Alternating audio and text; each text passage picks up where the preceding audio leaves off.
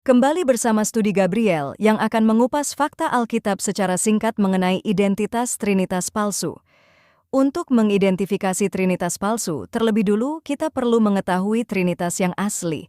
Apa itu Trinitas dan seperti apa identitas aslinya?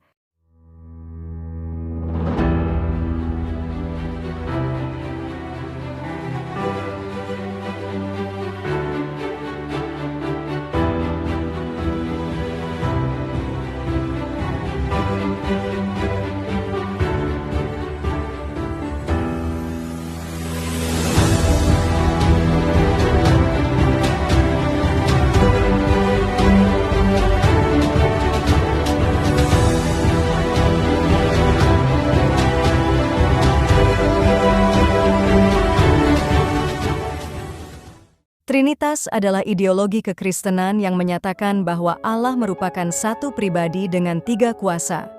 Allah Bapa, Allah Putra, dan Roh Kudus. Tiga serangkai dari satu kesatuan.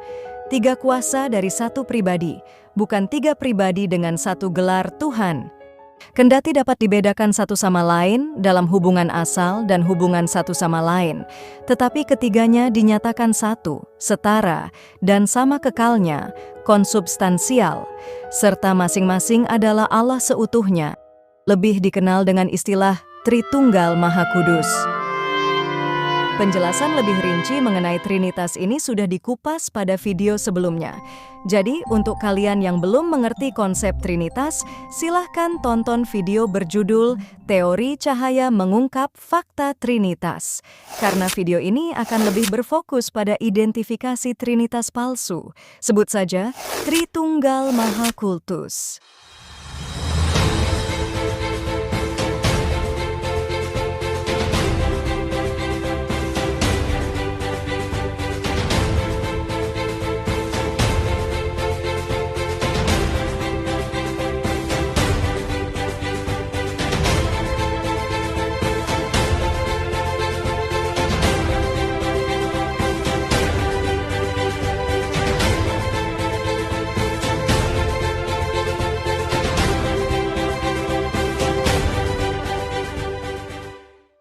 Trinitas palsu adalah tiga kuasa jahat yang di dalam Alkitab digambarkan sebagai naga, binatang yang menyerupai anak domba, dan binatang yang keluar dari dalam air yang lalu dikenal dalam istilah antikristus. Yang pertama, naga. Wahyu 12 ayat 9. Dan naga besar itu, si ular tua yang disebut iblis atau Satan, yang menyesatkan seluruh dunia, dilemparkan ke bawah. Ia dilemparkan ke bumi bersama-sama dengan malaikat-malaikatnya.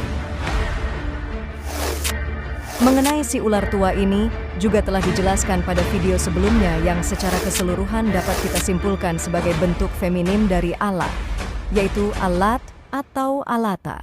Ini adalah iblis tertinggi dengan kuasa besar yang menghujat Allah Bapa. Sebut saja Allah Bapa yang palsu. Kebalikan dari Allah Bapa adalah Allah wanita. Dalam kitab Perjanjian Lama disebut Asitoret atau Ratu Surga.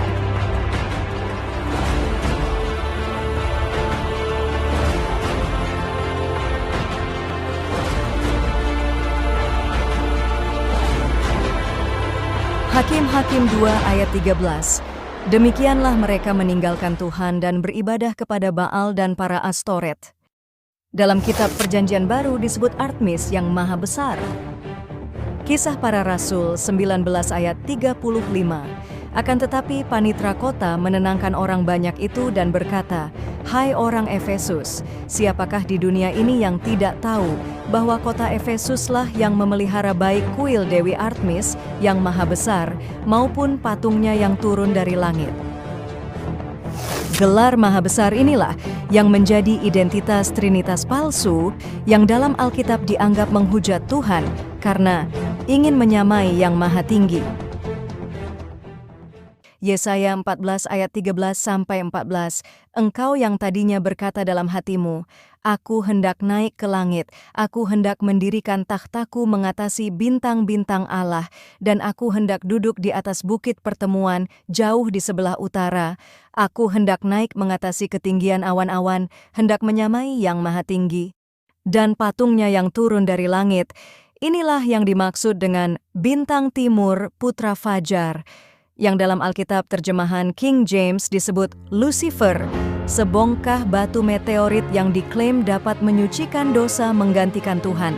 Penjelasan mengenai Lucifer ini juga sudah dijelaskan pada video sebelumnya.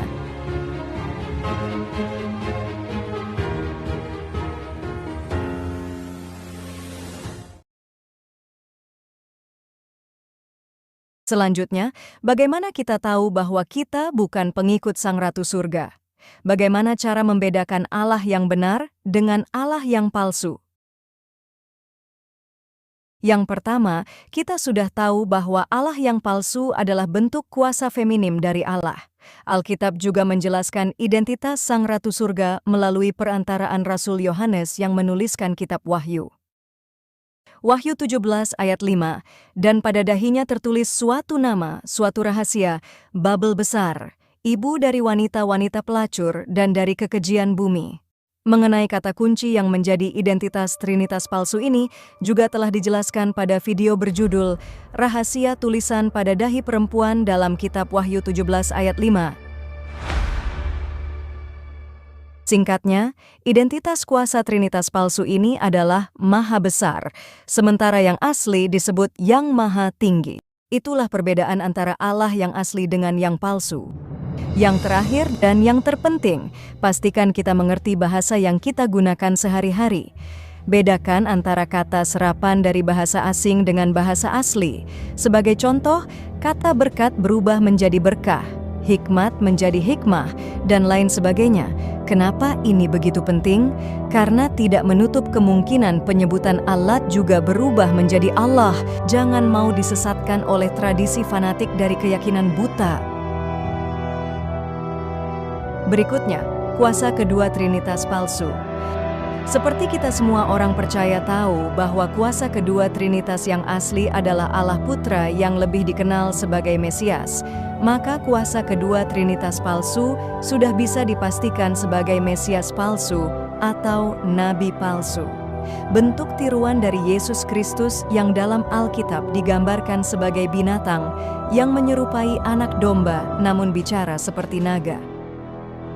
Wahyu 13 ayat 11. Dan aku melihat seekor binatang lain keluar dari dalam bumi dan bertanduk dua, sama seperti anak domba, dan ia berbicara seperti seekor naga.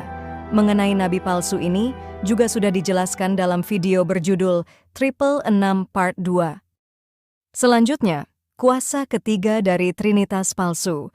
Bentuk tiruan dari Roh Kudus adalah roh jahat. Roh jahat di sini bukan hantu dan sejenisnya. Roh diterjemahkan ke dalam bahasa Inggris menjadi spirit. Spirit diterjemahkan ke dalam bahasa Indonesia menjadi semangat. Semangat artinya gairah atau kecenderungan. Tradisi. Jahat artinya bersifat merusak.